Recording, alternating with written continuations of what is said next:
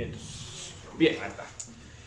Hola, ¿cómo están? Yo soy el profesor Antonio Panchi y en esta ocasión estoy con Gus, ¿no? Hola. Queremos darle una perspectiva diferente a las masas. Déjenme platicarle un poquito de por qué nos juntamos con Gus.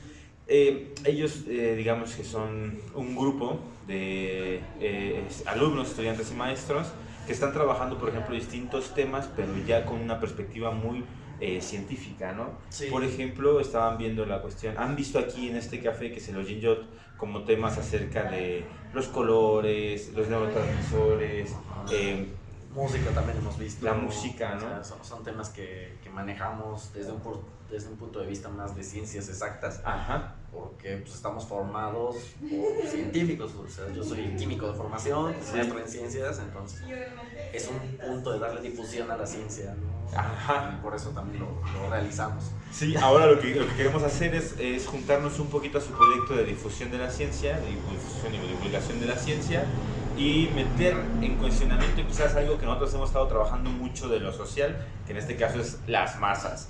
Vamos a ver en qué resulta esto, ¿no? Va a salir bien, va a salir algo bueno de aquí. Sí, la idea es que nazca la charla, ¿no? En este caso lo que estamos haciendo es tratar de unir el diálogo de dos elementos como lo social, o más bien sobre la misma pregunta que sería la masa, como población, como el sujeto colectivo, desde lo social, y pues ver qué tiene, por ejemplo, desde las ciencias más exactas, ¿no? Sí, que es de todas formas cosas muy, muy complicadas, cosas incluso inexploradas, que por lo mismo de la complejidad que tiene, es difícil ahondar en algunos puntos, Sí. pero hay puntos que sí se conocen, entonces, sobre todo desde el punto de vista del individuo, pero podemos nosotros extrapolarlo a un asunto masivo, a un asunto colectivo, Claro. en nuestro caso. Claro. Entonces, pues es lo interesante, lo que nos atañe hoy. Hoy, a ver, en realidad, ¿qué va resultando? Tú ponle a andar, ¿eh? Ahí está, güey. Ahí está, güey. Más nos abarca toda la cámara. Efectivamente, vamos a ver por dónde va esto. Lo que queremos saber es qué sucede en un individuo que forma parte de la masa, pero estamos hablando de un plano quizás más sensorial, es decir, queremos ver, no sé si los neurotransmisores, y sabemos que hay estímulos, pero quisiéramos más bien desambiguar cuál es la situación de un sujeto que forma parte de una masa, ¿no? Sí, claro, bueno, a lo mejor, no sé, desde un punto de vista social, que es el que tú dominas, me gustaría que empezaras diciendo pues, cuál es la definición de masa, cómo lo ves desde tu perspectiva y luego ya empezar. Exactamente, y de ahí si quieres le vamos entrando, ¿no? Vale, pues bueno, nosotros tendríamos que entender, por ejemplo, que la masa es un conjunto de personas que se unen en un instante con un fin, digamos, igualitario. Que puede ser esto destruir o que puede ser esto, normalmente es esto, ¿no? La masa se junta para destruir cosas, pero sí, claro. Aunque pareciera que no es una cuestión organizada, sí funcionan bajo una misma lógica y bajo un mismo ideal. Hemos visto que después de este grupo colectivo, más bien se expresa y después cuando se quiere retomar esta cantidad de gente, ya más bien se politiza. Entonces, por ejemplo, lo que puede ser una marcha, por ejemplo, como la que hubo de mujeres, no sé, en noviembre, que fue como muy inmediata, eso podemos decirlo que es una expresión de masas en donde la gente se une porque tienen como cuestiones similares y entonces toman la misma bandera para tomar posesión, ¿no? Pero después lo que podemos ver es que esa cantidad de gente lo que se termina haciendo es moviendo ya con fines políticos. Termina siendo un grupo incluso cerrado, que aísla, que separa y entonces ya tiene otras finalidades, ¿no? Sí, claro. Entonces también tenemos otro efecto de la cuestión que podemos ver como el masa. Esto sería como la masa y cómo actúa, donde estamos diciendo que un sujeto forma parte de una colectividad, pierde su juicio racional y entonces accede prácticamente solamente a nivel emocional y actúa, Así ¿no? es. Lo podemos ver en muchos ámbitos. Sí, de hecho ahorita acabas de decir algo muy, muy interesante, que es la pérdida de la racionalidad, ¿no? Sí. Es decir, bueno, si lo vemos desde un punto de vista biológico, neurológico, pues vamos a lo primitivo, ¿no? Es decir, el cerebro humano tiene una parte primitiva. Ajá. Y una parte... Ahí están. Y la parte más civilizada, ¿no? Que ya tiene que ver con empatía, por ejemplo, con cuidados al prójimo. Pero ¿cómo funciona esto? Bueno, el cerebro primitivo funciona a través de señales eléctricas. Sí. Es decir, imagínate un agua con sal. y ponle como una especie de banda de aceite al lado. Y lo que generas es... Eso es complicado. El café que hace falta para... Ahora sí podemos entrar. Vamos a regresar todo. Y pues otra vez. No, bueno, tenemos La cuestión de las ondas eléctricas y la idea era mantener acá un vaso con agua, con sal, uh-huh. que conduce la electricidad. O sea, si tú pones un foco, hay 2 alambres que conducen la electricidad, se va a encender sin que se conecten, porque la electricidad es movida por estos iones que genera la disociación de la sal, por ponerlo así. Lo mismo pasa en nuestras células y sobre todo en las neuronas. Entonces, en sistemas primitivos, y no digamos de hace 10 millones de años, sino en insectos, por ejemplo, en organismos más pequeños, funciona todavía así, es muy simplista. ¿Qué pasa con nosotros? Que ya no solamente funciona por esos iones, sino que también funciona por moléculas que se llaman neurotransmisores. Un ejemplo clásico es la adrenalina, ¿no? La adrenalina, en un sentido más primitivo, que es el miedo, por ejemplo, la adrenalina se va a tope. Sí. Y entonces el organismo reacciona. Es decir, la parte racional no está actuando ahí, porque va el instinto básico del ser vivo, que es la supervivencia. Entonces él va a sobrevivir y se basa a través de una relación estímulo-respuesta. Es decir, ¿de dónde viene el estímulo? De los sentidos que tenemos: ver, escuchar, sentir, sobre todo.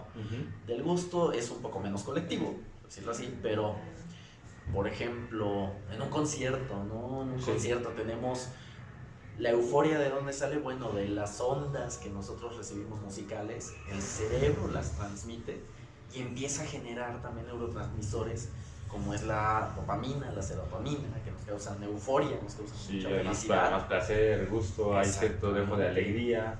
Claro, y también mucho tiene que ver con el estado de ánimo que tengan. O sea, si tú vas a un evento que te gusta, vas a tener un estado de ánimo positivo. Sí. Genial. Entonces, reciben todos el mismo impulso y reaccionan de una manera muy similar. Ajá. Además, eso, por ejemplo, desde lo social es interesante, porque hemos visto que con esta cuestión del trabajo en masas, nosotros como individuos somos gregarios por excelencia. Entonces, cuando hablamos de la cuestión de ser gregarios, es que el individuo siempre busca estar en colectividad, pero además en una colectividad que le sea común, es decir, que le sea afín. Entonces, efectivamente, ¿no? De entrada, cuando vamos a un concierto que nos gusta, aceptamos que la banda nos gusta y que la gente que está ahí también es como prácticamente mis compis, ¿no? Exactamente, o sea, se vuelven parte de tu colectivo. Ajá. Aparte, socialmente hablando, y a un punto de vista también desde la biología, o sea, ponerlo así, pues los seres más primitivos muchas veces, no todos los insectos, porque tenemos el clásico caso de las abejas, las hormigas, que son colectivas, pero tenemos casos de artrópodos como por ejemplo las arañas, tarántulas, algunos escorpiones que son completamente aislados. Ven a otra de su especie y se están matando entre ellos. Entre más complejo es el organismo, muchas veces es más colectivo, no solamente en los hombres, sino que nada más, pues velo tú, los perros forman jaurías y se juntan entre ellos, se cuidan entre ellos y tienen reacciones muy similares entre ellos cuando se trata de defender. Claro, además, por ejemplo, tal vez de este lado se me ocurre ver cuando vemos una jauría, por ejemplo, más bien de lobos. Lo que hemos visto es que también tienen una forma de comportamiento que obedece a la organización de la misma y a la supervisión del colectivo. Exactamente. A la supervivencia. Exactamente, va a la supervivencia y cuidan muchas veces a los más vulnerables, como son los más viejos, los enfermos, o los más pequeños.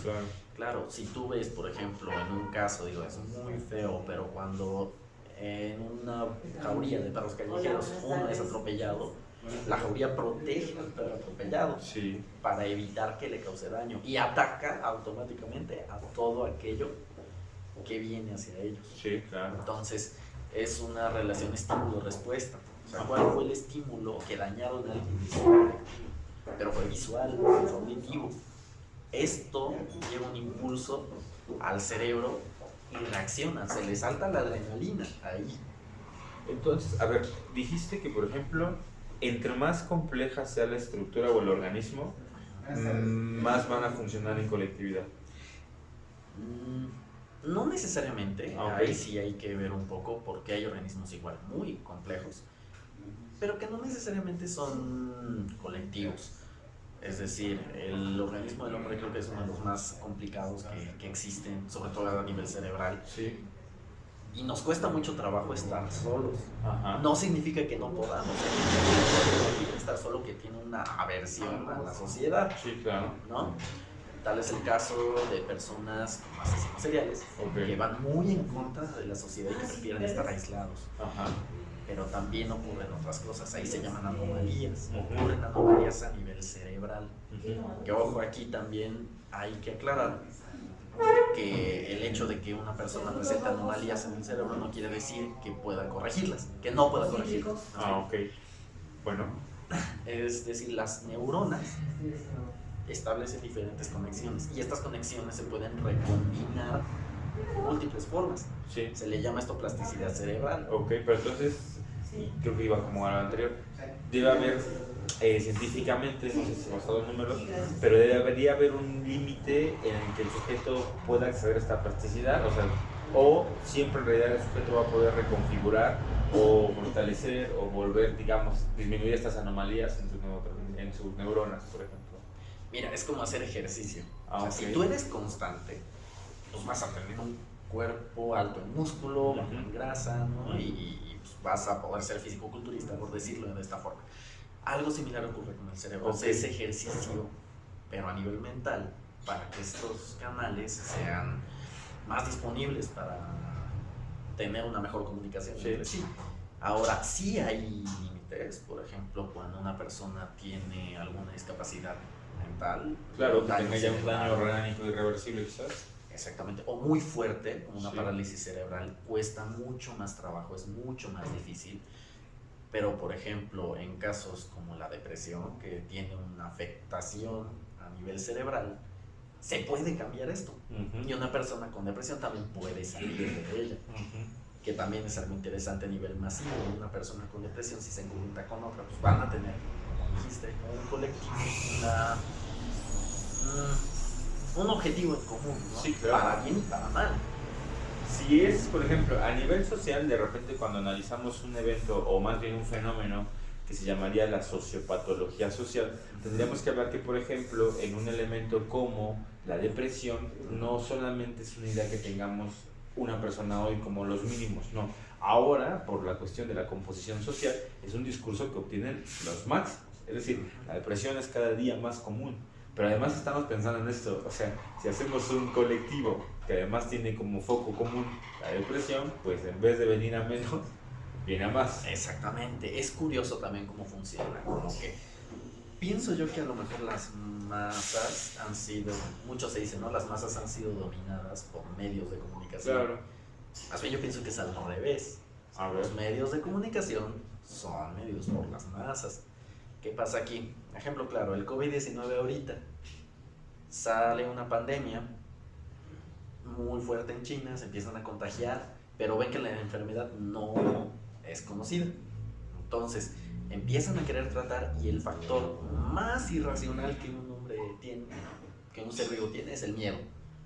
Por miedo, que nuestros miedos son mucho más elaborados que un ser, que otra clase de seres, más bien como por ejemplo un perro, un gato, su miedo es básicamente a la subsistencia. Pues con nosotros se juega ahí a ese punto, a la subsistencia. Nuestros miedos han sido más elaborados, por ejemplo, no entregar la tarea para un alumno cumplido es un miedo y no tiene nada que ver con su supervivencia, pero le pega como si fuese pan a veces. Aunque nosotros tendríamos, no sé qué tanto implica este factor, que me parece que sí, obviamente, no sé, la corteza prefrontal y el ejercicio de la razón nos permite también crear historias y fantasías, imaginamos respecto a esto, ¿no? O sea, Sí, no sí, llevo la claro. tarea y va a pasar todas estas cosas. Y si tú no tiene que ver con supervivencia, pero o sea, Claro. somos dramáticos. Claro, entonces te vuelve también esa complejidad, te vuelve más dramático, te vuelve más susceptible a cosas más superfluas. Ajá. Y entonces moda, no entregar algún trabajo o no rendir bien en un trabajo, que eso es alguna causa de estrés, Sí. realmente, que antes es un estrés, pues nada más en sobrevivir, o sea, en una necesidad completamente básica, asciende con nosotros y también se vuelve un comportamiento colectivo. Ajá. Es decir, tú nada más velo, un jefe que no es bueno, trata de la patada a todos, trata muy mal, genera miedo a sus empleados. Y lo que ocurre ahí, pues todos generan en colectivo un estrés, generan en colectivo enfermedades, porque ese estrés los descompensa fisiológicamente hablando. Es decir, esta cantidad de sales que nosotros tenemos en las células, por ejemplo, se pueden ver descompensadas, y con esa descompensación tan pequeña puedes tener problemas más graves poco a poco. Y mucho depende de qué parte sea la que se afecte. Por decir, muchas personas con estrés empiezan a tener problemas de dolores musculares, porque empiezan también a tener problemas respiratorios y generan compuestos que les hacen que duelen. Eso en un sentido fisiológico. Y en un sentido de neurotransmisores, por ejemplo, una persona que genera depresión es porque su nivel de dopamina, su nivel de serotonina es muy bajo. Y automáticamente parece que el mismo cuerpo no los genera como nosotros. Los genera a un nivel muy bajo, apenas para sobrevivir. Y que el único impulso que les daría para la subsistencia es la adrenalina. Entonces, los receptores que tienen, digamos un modelo de llave y cerradura. La cerradura son los receptores de dopamina. Hay muy poquitos y tienes muchas llaves. Pues por más llaves que tengas, vas a abrir pocas puertas, ¿no? Lo mismo funciona en nuestro cerebro. Digo, toda esta información se la debemos a dos científicos que de hecho, es muy curioso, esto de neurotransmisores ocurrió por un momento en masa que fue la Segunda Guerra Mundial. En esa época se descubrió, hay como dato interesante. No, bastante. Resulta que los dos investigadores descubrieron esto y que ganaron el Nobel en el 36. Uno era inglés y el otro austriaco. Ajá. El austriaco era judío. Y resulta que cuando él estaba en su investigación, Hitler invade Austria. Entonces, ¿qué ocurre ahí? El inglés manda por el austriaco para llevárselo a Londres y trabajan juntos. Y poco tiempo después ganan el Nobel. ¿Y cómo, pero te acuerdas más o menos cómo fue que descubrieron justamente los neurotransmisores? O sea, mira, es esta parte también de que el cerebro se sabe que trabajaba a través de impulsos nerviosos, pero ellos creían que había algo más. Entonces ellos sabían que había moléculas que tenían un efecto ahí importante en el cuerpo, que no solamente era eléctrico, es decir, no solamente era la solución salina que te platicaba al inicio, sino que había llaves cerraduras que podían o no tener efecto en estas señales. Entonces, la primera que ellos descubrieron se llama acetilcolina, que es la función básica de la sinapsis. O sea, tiene la función básica de la sinapsis. Ellos lo descubren y ven su papel con respecto al impulso eléctrico. Cuando el impulso es alto, hay mucha acetilcolina y generan esa sinapsis. Cuando no, entonces no hay sinapsis. Entonces así fue como se generaron. Y hay muchos, no solamente es la serotonina, la dopamina, la adrenalina, que son los famosos, ¿no? sí. Está también el... Noradrenalina, ¿no? que es la noradrenalina, que es la misma que la adrenalina. Ajá, pero... No, es lo mismo. Oh. Se cambian en el nombre, nada más. Pero funcionan, digamos, tal vez, no sé, a ver, por ejemplo, hay una autora que se llama Filla Trotsky en la criminología, que tiene un texto como Mentes Asesinas, donde hablaba justamente de cómo de repente hablar de la noradrenalina y la adrenalina, ¿no? Y la, no sé, ahora podemos ponerla entera de juicio, la explicación que ella da es, por ejemplo, que un conejo, al correr de un león, lo que genera es adrenalina, pero un león que persigue al conejo, lo que genera es noradrenalina. Es decir, el conejo huye para subsistir, pero el león persigue para subsistir. Entonces, al final los dos quieren sobrevivir, ¿no? Pero mientras uno huye para que no se lo coman, el otro huye para comer. Más bien, el otro corre para evitar ser comido. Uno corre para evitar ser comido, que sería el conejo, y el otro corre para comer, que sería el león, ¿no? Al conejo. Entonces ella decía que, bueno, que en el león se generaría noradrenalina y en el conejo pues nada más adrenalina. Sí, ahí tienen que ver también con los receptores que uno tiene, ¿no? O sea, ponlo como una llave maestra, ¿no? Puede abrir muchas puertas. No sé en el caso de una llave maestra, sino una llave que puede abrir 2 o 3 puertas a la vez. Entonces, dependiendo de la acción que tú tengas, lo que generas. Y además, no solo generas adrenalina, sino que generas más neurotransmisores. O sea, la adrenalina es importante para eventos que requieren supervivencia, ya sea para matar o para morir, ¿no? Para evitar morir, pues matar. Pero también generas, por ejemplo, dopamina, te ayuda a ver todo también en un aspecto más lento. O sea, la percepción del tiempo cambia.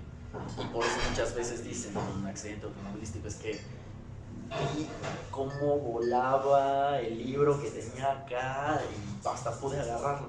Sí, pues es parte de esa adrenalina, esa dopamina que baja y tú puedes agarrarlo, y en un ámbito normal no lo puedes hacer, ¿no? Entonces es algo de supervivencia, y que también es algo que no se tiene muy bien esclarecido cómo funciona. El cerebro es muy complejo. Claro.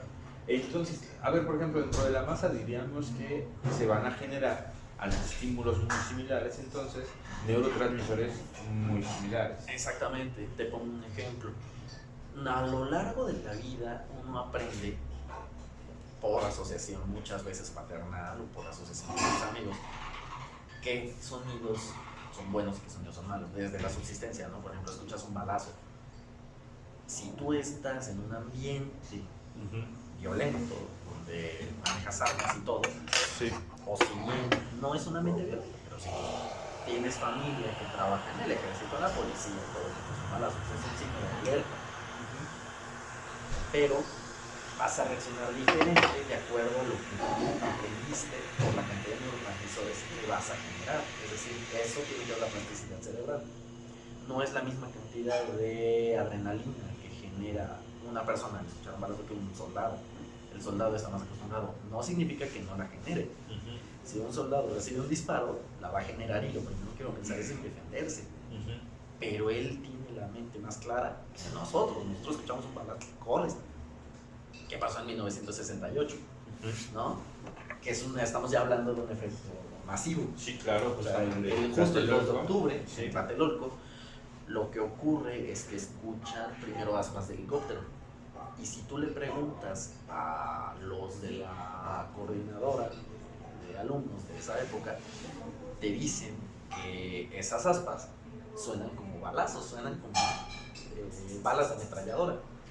Entonces ellos no asociaban nada a ese sonido hasta que lo vivieron. Cuando escucharon las balas de ametralladora, veían que la gente se caía.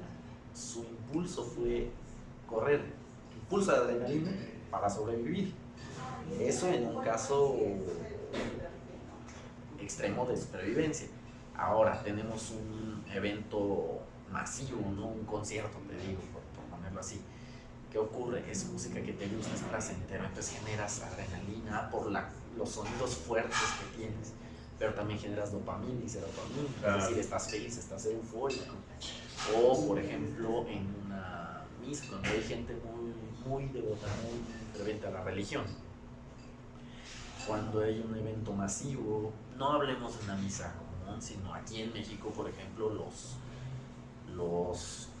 todos los festivales, todos los... De hecho, vámonos a uno más quizás, a un evento, digamos, religioso, en donde podemos ver ciertas expresiones que no creeríamos jamás, que son, por ejemplo, los eventos de Pentecostés, o bien las efusiones, ¿no? Que es, por ejemplo, donde las personas pueden empezar a sufrir ciertos exorcismos, o empiezan a hablar lenguas, o empiezan al baile, o empiezan a convulsionarse, o se desmayan, o lloran, etc. A ver, es una colectividad que sufre un proceso de desgaste también de la racionalidad, porque hay que hacer varias cosas. Estás en una colectividad, todo el mundo, imagínate, no sé, todo el mundo se empieza a confesar ahí de todo lo que hizo mal, entonces a ver como que ciertas heridas, susceptibilidades, se encuentra la razón, hay la música, hay la gente a tu alrededor, entonces genera una atmósfera dentro de la colectividad que te vuelve, me parece a mí, propenso a tomar ciertas conductas, ¿no? Así es, en general, ¿no? Tanto muy buenas como muy malas están estos eventos del Pentecostés. O pon tu un 12 de diciembre, cada 12 de diciembre en la Basílica de Guadalupe, que muchas veces genera lo mismo.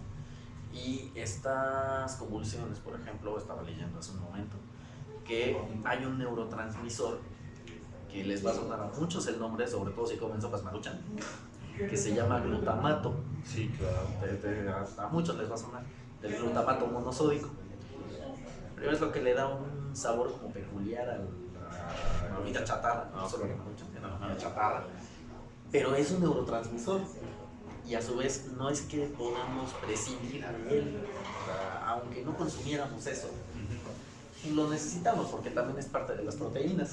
Entonces es curioso, el cerebro tiene mucho y es un neurotransmisor excitante. Quiere decir esto, que tú recibes el golpe y te pone también en alerta, pero si recibes mucho de golpe, se ven estudios en los que provoca convulsiones. Entonces, una persona puede estar generando muchos neurotransmisores, pero no procesarlos al mismo nivel. Y puede generar, por ejemplo, una convulsión en un caso masivo. Es decir, también mucho depende del organismo y de cómo reacciona ante un efecto colectivo. Además tendríamos que hablar, por ejemplo, de que hay un fenómeno de masa, hay un momento colectivo, pero no por eso todos los individuos van a reaccionar de la misma manera. Exactamente. Creo que tiene que ver con su elemento predisponente del sujeto y también, por ejemplo, aquí hablaríamos de cuáles son sus niveles de sugestión. Exactamente. O de lo que está pasando por ese momento también, ¿no? Por ejemplo, Como su estado de ánimo. exactamente. El estado de ánimo juega un papel importante para la producción de neurotransmisores, porque si uno está triste, tiene poca serotonina, poca dopamina y tiene poca adrenalina. O sea, es así, digamos, en un ambiente completamente deprimido. Pero lo que decías, ¿no? El modelo llave-cerradura, aunque haya muchas llaves, al tener estos neurotransmisores bajos, pues va a haber muy pocas y poco se va a motivar el sujeto. Exactamente, entonces hay que empezar a generar más, un poco forzándose a hacer aquellas que primero le gusten, ¿no? Como un ejemplo clásico, ¿no? El típico ejemplo de un chavo que rompe con la chava, de la chava que rompe con el chavo que está triste y que él, no, vamos acá, vamos allá, vámonos a una fiesta, es que te gusta salir, vámonos de fiesta y todo, y el chavo no se la pasa bien en una fiesta, a pesar de que sea un ambiente que le guste, un ambiente colectivo que le guste, porque sus neurotransmisores no van a estar al mismo nivel que de costumbre. El estado de ánimo afecta a un individuo que se quiera acoplar a esa colectividad también. Pero tendría entonces que seguir apostando por salir para que se puedan fortalecer los elementos. Sí, ahí tenemos que trabajar otras cosas, como por ejemplo pues, el ambiente más psicológico, es decir, todos los recuerdos y todo, y pues eso es más ido hacia la ciencia social que hacia la ciencia exacta, ¿no? Son ambientes que poco se conocen desde la ciencia exacta, no significa que un científico no cree en la psicología. Digo, los científicos pueden utilizar al psicólogo en cuanto lo necesiten y lo van a hacer, si son sensatos también, pero la ciencia también tiene que ver con esta reproducibilidad, o sea, no es que no la consideremos ciencia por eso, sino que no podemos nosotros reproducirla en un laboratorio, porque varía de individuo a individuo, Sí. o sea, también por eso. Y entraría también la complejidad de la misma estructura del sujeto, es decir, no nos reducimos al factor biológico, Exactamente. sino que también el sujeto está condicionado biológicamente por los elementos incluso sociales, externos, ¿no? Y eso de repente es una variable que... Exactamente. Es una simbiosis, lo de afuera te afecta adentro, te afecta a nivel del organismo y lo de adentro también te afecta hacia afuera. Si tú estás molesto o algo te molestó también y te vas a la parte completamente reactiva, pues difícilmente te vas a calmar con que te digan tranquilo, ¿no? Y depende de la escala del enojo también. Si te hicieron enojar en casa, pues el enojo se te baja más rápido. Si pasa en un evento masivo, como ahorita las marchas que hubo en la Ciudad de México, del feminismo, de que las chavas, pues se va a bajar mucho menos porque corren riesgo sus vidas. Entonces, ¿qué va a pasar ahí? Van a reaccionar más fuerte también. Piden que se cuiden. Sus neurotransmisores van a pedir por adrenalina, cuídenos. Entonces el efecto de una noticia se vuelve el estímulo y la respuesta es reactiva también. Y esto podría explicar entonces cómo se incentiva desde los neurotransmisores la constitución del sujeto en una masa, por ejemplo, en este caso de que personas que se sienten identificadas con el problema, y que en efecto el problema, a ver, es real, ¿no? Hay que actuar, llega a un punto de choque y de conflicto en el que dicen, vamos, y por eso se vuelve tan agresivo el asunto, ¿no? Sí, claro, ahora mucho tiene que ver del nivel del problema, ¿no? Es decir, entre más superficial es el nivel, es más fácil de tratar.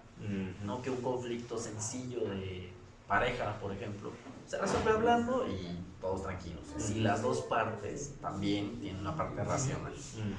Si es un problema que ya sea de agresión, es un poco más difícil de resolver, ¿no?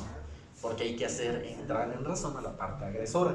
Pero lo que estabas comentando ahorita, ¿no? O sea, decirle a una persona que está enaltecida y que quiere agredir a alguien que se calme, tal vez no va a ser tan funcional. Además, si lo sumamos a un fenómeno de masas, pensemos en un partido de fútbol, ¿no? El equipo va perdiendo, obviamente el equipo que va perdiendo, pues trata de ganar, ¿no? Entonces de repente si no puede, genera cierto tipo de frustración y si empiezan las situaciones violentas, entonces este amigo que quería agredir a alguien en particular se va a ver estimulado también por el colectivo y entonces va a decir, sí, es lo que tenemos que hacer. Se va a enaltecer otra vez tu cuestión de agresividad y sumado a la colectividad seguramente no va a terminar muy bien si le dices cálmate. Sí, claro, ¿no? Es más, le dices cálmate, te va a soltar un golpe de plano, ¿no? Y para como el colectivo está, pues está igual todo enardecido y se te van a ir encima. ¿Qué ocurre ahí? Pues es un efecto de lo que te comentaba al principio. Nuestras necesidades ya no son tan básicas, se han vuelto incluso más superfluas. Entonces, en un instinto de coraje que es defender a los tuyos, vuelves tuyo también, por ejemplo, tu equipo de fútbol se vuelve parte de tu identidad, y como se vuelve parte de tu identidad y de un colectivo, pues reaccionas más fácilmente si pierden tu equipo, porque es como si te agredieran a ti. Claro, lo tomas ya personal. Exactamente. Bueno, esto es muy interesante porque habrá muchas personas americanistas allá en casa y de repente tomamos el eslogan, ¿no? De, por ejemplo, del equipo de fútbol, que en este caso es Ódiame Más, ¿no? Está muy bien, está muy bien. A ver, el fútbol dirían que es lo más importante de lo menos importante, pero no podemos negar que es un incentivo de la cultura, ¿no? Y de repente, por ejemplo, esta misma bandera de Ódiame Más, de repente se la toman y la toman a pecho y entonces ahora quiero que si me tienen que ver más, pues no importa que lo hagan, ¿no? Pero estamos viendo que estamos reproduciendo más bien ese efecto de un ente que yo tomé, un ente colectivo que tomo como símbolo para ser en mi día a día, ¿no? Exactamente. ¿Y qué hacemos? Pues también potenciamos la parte no racional de nuestro cerebro, ¿no? Es decir, no es lo mismo resolver todo hablando que a golpes, que a como sea, y mucho tiene que ver también con cómo tomemos esto, como bien dices, ¿no? Pero entonces ahorita tendríamos que decir que para quizás la resistencia que tendría un individuo a formar parte de una masa o de una acción en masa sería la racionalidad. No necesariamente, porque pues todos tenemos esta parte y más bien racionalmente tú decides a qué colectivo pertenecer, ¿no? Por ejemplo, y eso lo digo ya de una forma muy personal, si a mí me llevas a una fiesta no me lo voy a pasar bien, pero si a mí me llevas a un concierto de música que me gusta me la va a pasar a todo dar, ¿no? Porque es algo que a mí me causa, en primera, una fiesta me causa más aversión, pero un concierto no. O un ejemplo clásico que a lo mejor muchos en la audiencia no tienen eso conmigo es, a mí me encanta el desfile del 16 de septiembre en el Zócalo. Wow. ¿No? Y ya van desde el 2016 años seguidos en los que voy. Sí. O sea, y fui el año pasado también. Y me gusta mucho. Y a muchas personas no. Claro. O sea, mucho depende de lo que te guste y de lo que no te guste. Pero a lo mejor ahí ya hay una sedimentación del acto y de las emociones, entonces ya puedes racionalizar o llevar quizás de mejor manera lo que son ahora sentimientos, ¿no? Pero sí, ¿qué pasa, por ejemplo, cuando hablamos de la masa como un efecto que se genera instantáneamente? O sea, a lo mejor ahí ya no tienes la opción de decidir si vas o no. Por ejemplo, ahorita viene aquí la marcha, y a lo mejor nosotros estamos aquí platicando muy bien, pero si te sientes identificado con alguno de los problemas que estas personas representan, o están, digamos, de los que están quejando, pues a lo mejor tú vas y te sumas a la marcha, ¿no? Entonces, ahí diríamos, ahí la masa instantánea o el movimiento instantáneo de la masa te jaló. Pero, por ejemplo, con un ejercicio de razón, sí podrías evitar hacer todo lo que la masa hace en su movimiento. Sí se puede evitar. Hay que hacerlo consciente, digámoslo así. Okay. O sea, hay que volver consciente la parte inconsciente de nosotros, la parte irracional, uno la puede volver consciente. No es algo sencillo también, o sea, el hecho de que diga que se puede no significa que sea fácil. Claro. Porque pues, te pongo otro ejemplo, digo, es muy, como dices, muy politizado, ¿no? Pero, pues ve al presidente, ¿no? Andrés Manuel, en sus conferencias matutinas, ¿qué hace cuando lo interroga un periodista? Reacciona de una forma, pero ¿qué hace cuando está en un evento masivo? Reacciona de forma completamente diferente. Y las dos son él, pero depende del movimiento masivo en el que esté y de la persona con la que esté hablando, reacciona. Y ahora sus reacciones pueden ser muy similares, ¿no? Entonces, dejemos de hablar a lo mejor del presidente porque me meto en camisa de 11 varas. Sí. Y vamos con otro presidente que ya no me meto tanto en camisa de 11 varas, como es Felipe Calderón, ¿no? El expresidente. Cuando a él lo encaraban o cuando a él lo encaran por una cosa, él con su raciocinio intenta dialogar, pero él a su vez intenta controlar su parte no racional para evitarse la yugular de quien lo está agrediendo, porque lo toma como agresión, ¿no? Y digo, es natural también. Entonces ahí ves un efecto también personal de que puedes volver consciente un acto. No digo que sea a lo mejor el mejor ejemplo del mundo, pero se puede, ¿no? Que tendríamos que ver con a lo mejor con la identificación y el manejo de las emociones, ¿no? Sí, o sea, claro. que el individuo de alguna manera tenga cierto conocimiento de sí y que pueda decir, por ejemplo, ok, eso es algo que en realidad me afecta, ¿no? O sea, siento como una agresión por cualquier palabra, no sé, X. Y entonces, como dice, normalmente aquí en otros tiempos la he regado por mis comentarios, tal vez ahora lo tomo para decir, dame más calma, dame más pausa y a lo mejor actuar de otra manera, ¿no? Sí, claro, mucho tiene que ver con el autoconocimiento. O sea, esa parte de hacer consciente lo que nosotros tenemos como reactivo es volverlo consciente. Y la forma en la que lo vuelves consciente también se explica por esa plasticidad que te decía. Tenemos una parte que es el cerebro reptiliano, que es la parte más primitiva de nuestro cerebro, la parte reactiva, ¿no? Y tenemos una membrana, digámoslo así, que nos separa de la parte racional. Entonces esa membrana es la que conecta a uno con otro, la que nos permite racionar lo que hacemos. Si nosotros tenemos esa membrana dañada, entonces ¿qué ocurre? Nos volvemos prácticamente irracionales y somos sumamente reactivos. Nos cuesta mucho más trabajo controlar nuestras emociones, ¿no? Otro ejemplo en el que te cuesta mucho trabajo es cuando estás triste. Por ejemplo, un funeral. O sea, es muy difícil controlarte cuando estás muy triste. O sea, cuando la parte reactiva está sobrepasada, es muy difícil controlar. Cuando estás triste, enojado, muy feliz incluso, también es complicado. Pero mucho tiene que ver también el impacto del estímulo, tanto individual como en masa, para que te afecte de cierta forma, ¿no? Y también cómo defines el impacto de eso.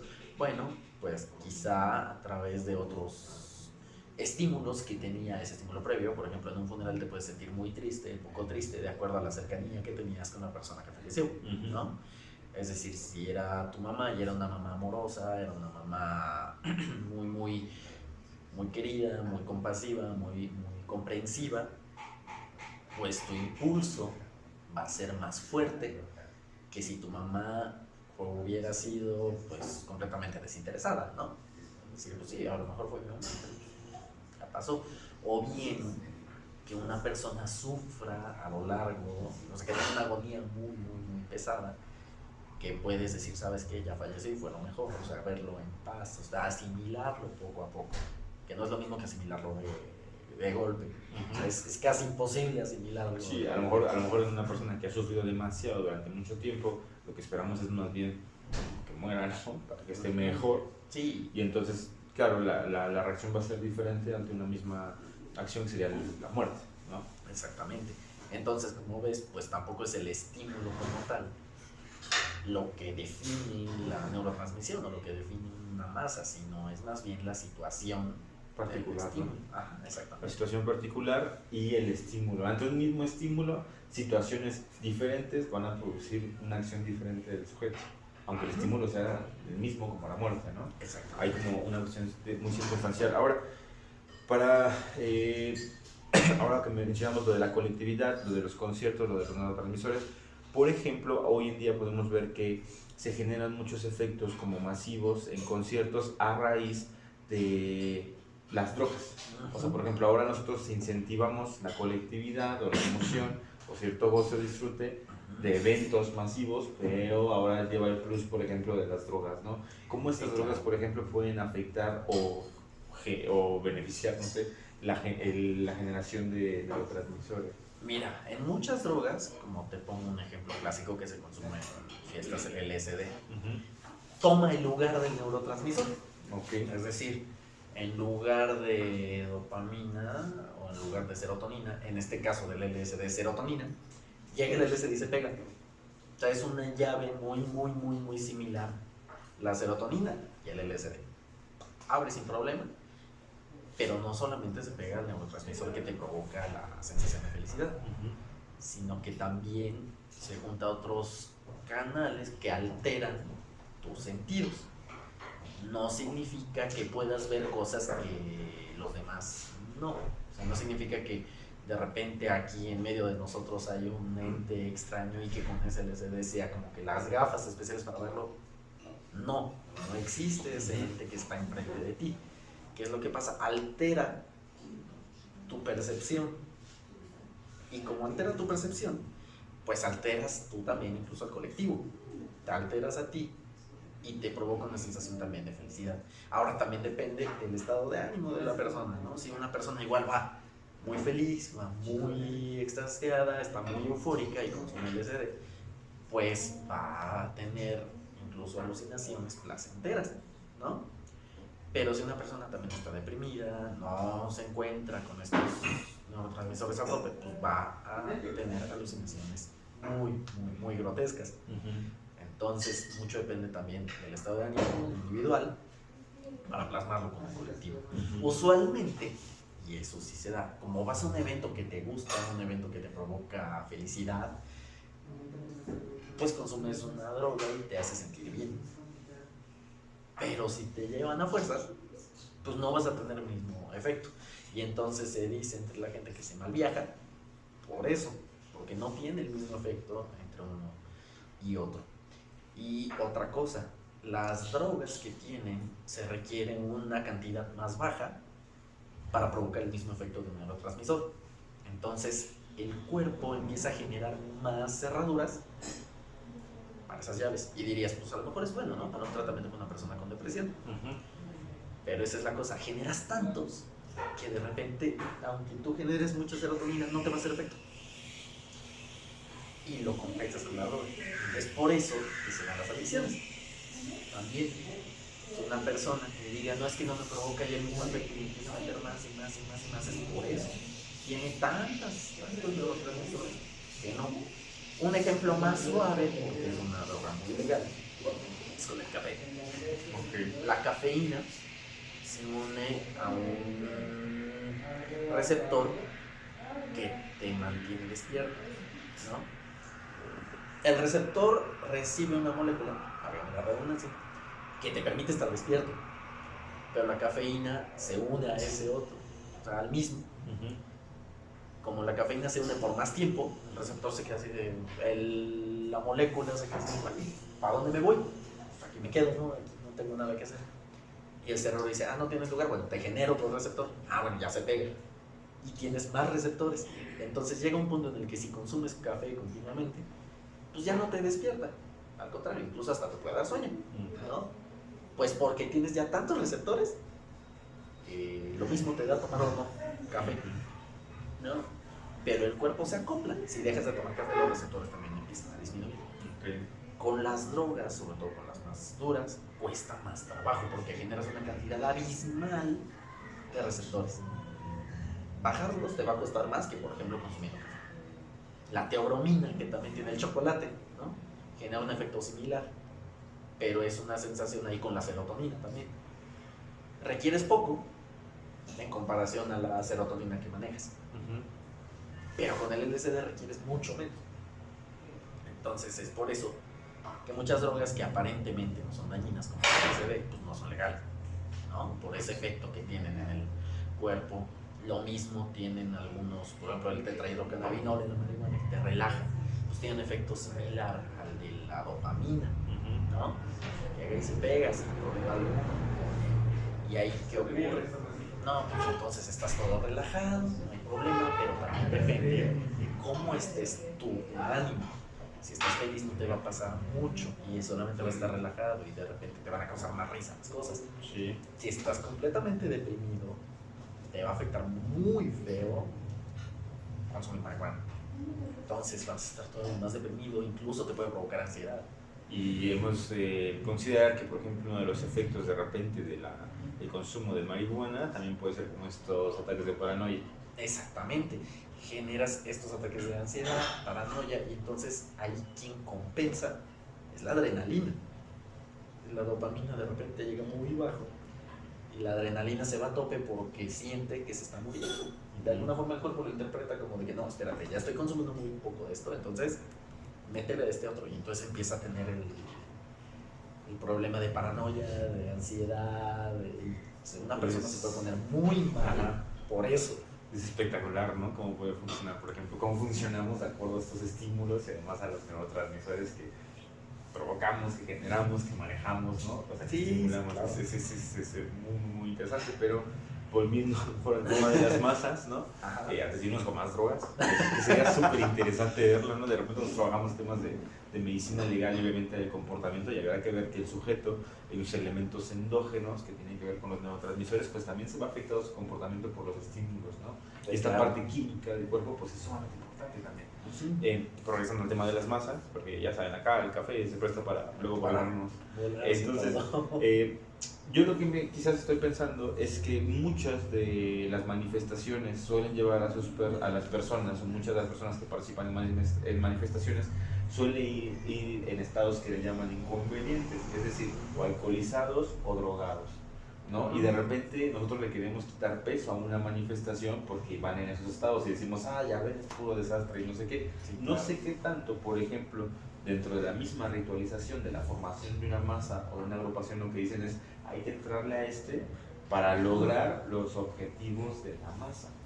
Sí, claro, y esto, si lo quieres ver desde un sentido masivo, esto es incluso ritualístico de hace miles de años, ¿no? Las tribus antiguas, en muchos lados del mundo, tienes que consumir esto para una bienvenida al clan. Un ejemplo aquí en México es para tener un viaje espiritual, tienen que consumir peyote, ¿no?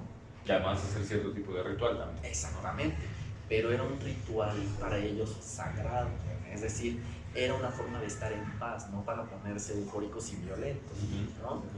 Era una droga, en ese momento el peyote, que te relajaba, pero que también alteraba tus sentidos y empiezas a alucinar. Entonces esas alucinaciones no las explicaban, no podían explicarlas en aquellos momentos los aztecas, pero a su vez estaban en un ambiente para ellos que los hacía propensos para tener esas alucinaciones. Estaban en los temazcales, es decir, encerrados con vapor, calor, y al cuerpo lo forzaban incluso a tener cierto tipo de alucinaciones. ¿Qué pasa en un sauna? Pues te deshidratas. Al momento de deshidratarte, tú también tienes un efecto celular. Las sales de tu cuerpo se concentran por la pérdida de agua y algunos estímulos nerviosos son más rápidos.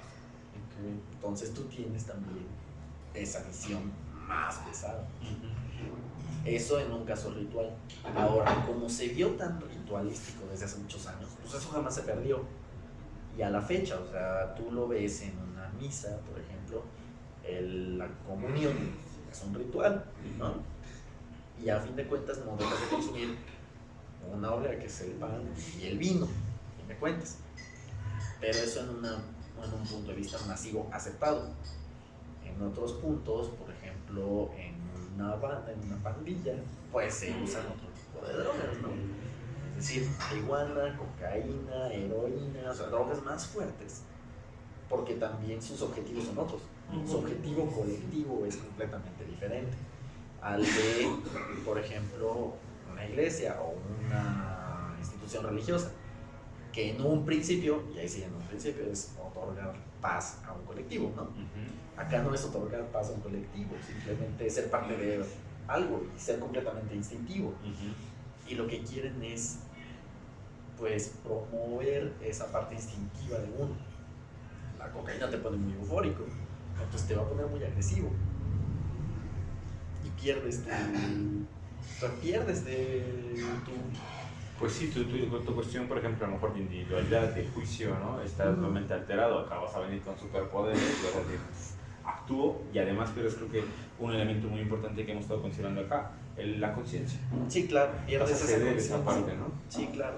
Y ahora con el alcohol, pues es muchas veces como la parte delictual en adolescentes que quieren pertenecer a un grupo y que les dan alcohol sin saber tomar y ya están tomando como si fueran... Sí, si no hubiera mañana. Sí, ¿no? como si no fuera mañana.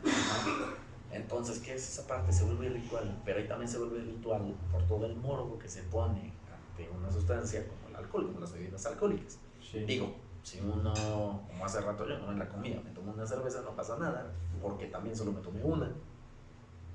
Pero si empiezo yo a tomar mucho, entonces también tiene afecciones, Sí. ¿no? Y en ese caso, al decirle a un chavo también, prohibido, no, es malo, o sea, le haces la idea de que algo es malo, pero ves que lo consumen, ¿no? Uh-huh. Entonces es la curiosidad nata del hombre de decir, bueno, si es malo, ¿por qué lo estás consumiendo? ¿No? Claro. Muchas veces es el efecto del papá que le dice, no consumas alcohol, es malo, pero con su cerveza en la mano o con su tequila en la mano, ¿no? Sí, va a encontrar la incongruencia ahí. Exactamente, entonces, pues, desde niños, ¿no? Los niños no son tontos y dicen, bueno, ¿y entonces por qué me estás diciendo que es malo si tú te lo estás tomando? Uh-huh. Y entonces les causa esa curiosidad desde chavos, desde muy pequeños. Crecen y entonces, ¿sabes qué? Pues vente, vamos a tomar esto. No, pues es que es malo. Pues no pasa nada y todo. Pues entonces ahí sí beben el alcohol como si no hubiera un mañana. Ahí lo que se desconoce en esos eventos masivos muchas veces son los efectos que a una corta edad conlleva tomar cantidades de alcohol de cualquier tipo. Sí, ¿no? además, a lo mejor sumado, y para que vayamos tratando de cerrar un poco todo esto que ya empezamos a abrir, los chicos también, digamos que hay un desarrollo de la personalidad y del organismo que tiene que cumplir cierta edad para que se dé, ¿no? Por ejemplo, el desarrollo de la corteza prefrontal, Sí, claro. está alrededor de los 21 años, de repente dicen que 24 años. Hay quienes dicen incluso que a los 30. Por ejemplo, que ahora se va prolongando, porque ahora nos tardamos más en crecer. No queremos aceptar responsabilidades. No queremos aceptar responsabilidades de adultos. Entonces, no, lo extiendo, pero eso es muy social, fíjate. Eso es muy social, ¿no? Entonces, habría que ver cómo, por ejemplo, evidentemente estas alteraciones del estado mental, orgánico, ¿no? Esta estimulación o sobreestimulación que nosotros le brindamos, pues necesariamente tiene que alterar, ¿no? Nuestro desarrollo normal, ¿no? O adecuado, podemos decirlo. Acá hablamos al principio de una cuestión de anomalías en el cerebro y habría que ver qué tanto más bien estamos justamente instaurando con esto que llamamos normalidad, pues más bien un cerebro disfuncional. Exactamente. O sea, ver hasta qué punto más bien es un cerebro disfuncional que te convertiría en una persona completamente disfuncional y ver hasta qué punto tú también eres funcional, ¿no? Es decir, hay personas que pueden no ser funcionales físicamente, es decir, dependen de una silla de ruedas, dependen de una andadera, pero son mentalmente muy funcionales, es decir, tienen una sinapsis muy buena, unas ideas excelentes y no les cuesta para nada trabajar. Ejemplo clásico, Stephen Hawking, ¿no? El físico que falleció hace pocos años, que apenas fue aniversario luctuoso de él, el 14 de marzo. Y pues él tenía esclerosis lateral amniotrófica, que es pérdida progresiva de movimientos, o sea, sus músculos empiezan a atrofiar, todos, incluido el corazón. O sea, sorprendió a todo el mundo, médicamente hablando, que viviera tanto, pero tenía un cerebro maravilloso, ¿no? Y aún así, él tenía ideas, teorías y tenía estudiantes que eran sus manos. Entonces él les decía, ¿sabes qué? Haz esto de acá, haz esto de acá, y sacaba adelante su investigación, ¿no? Sí. Eso en ese caso. Otro caso, por ejemplo, que tenía afectaciones igual a nivel cerebral, y muy buen estratega era Winston Churchill, ¿no? Pero ya fue hasta muy grande, que tuvo sus derrames cerebrales, ya pasada la Segunda Guerra Mundial, y fue uno de los artífices para derrotar a Adolfo Hitler, ¿no? En la Alemania nazi, junto con Stalin y junto con Roosevelt. ¿No? Entonces, pues, tiene que ver uno hasta qué cierto punto también es funcional o disfuncional. Sí, claro. Y también mucho tiene que ver con las experiencias que vivamos como personas, como en nuestras familias, es decir, dependemos de un colectivo para formarnos y luego nosotros formamos a ese colectivo de vuelta, ¿no? El ejemplo sencillo es un niño que va a clases, pues está formando parte de un colectivo, de una masa. Crece, se vuelve maestro y toda esa experiencia que él vivió Ahora va a depender de la clase de maestro que él quiera hacer, sí. ¿no? Entonces, hay profesores que tuvieron una excelente motivación como en su etapa estudiantil y van a ser buenos profesores. Hay profesores que tuvieron una pésima historia estudiantil, pero que además no les llamaba la atención dar clases nunca y terminaron dando clases, pero nunca les llamó la atención, entonces van a ser malos profesores incluso, que no depende de su capacidad intelectual, tampoco. Y hay otros profesores que también le dan más importancia a otra clase de actividades que a la docencia. Entonces, mucho depende de lo que nos haya formado, cómo lo hacemos. Es decir, acá vendría no solo el contexto, sino también la historia de vida. Exactamente. Un poco de los sujetos. Pues bueno, ha sido muy interesante. Normalmente tratamos de hacer aproximadamente 40 minutos y podemos hacer la hora. Así que digamos que nos excedimos en el tiempo de televisión unos 17 minutos. Pero pues al final así son los temas y es la intención que tenemos nosotros, ¿no? O sea, venimos con una idea, con una línea, vemos que no agotamos todas las aristas que de repente se abrieron aquí, ¿no? Vemos que también hay nuevas posibilidades de seguir cuestionando, de seguir diciendo, oye, ¿y acá cómo sería? ¿Cómo va? Nada más el tema de las drogas, por ejemplo, abrirlo, y el de los neurotransmisores, abrirlo es como... Es un mundo, ¿no? Sí, y la idea en realidad de este tipo de café y de este tipo de diálogos que aparentemente uno diría, ¿cómo van a llevar un diálogo de esa manera? Es pues justamente incentivar a alguien más a que se cuestione, reflexione, haga ejercicios de conciencia y que conozca más aristas de la que uno como profesor suele nada más dar, ¿no? Es decir, yo profesor les digo esto es y ya está. No, habría que abrir, ¿no? Para ver pues qué otras cosas hay ahí, por ejemplo, porque hay muchas cosas más valiosas, ¿no? Sí, sí, claro. Y pues bueno, no sé, ¿quieres agregar algo para el final? Bueno, pues si tienen interés, pues yo me dedico a la ciencia en su totalidad, o sea, ciencia exacta.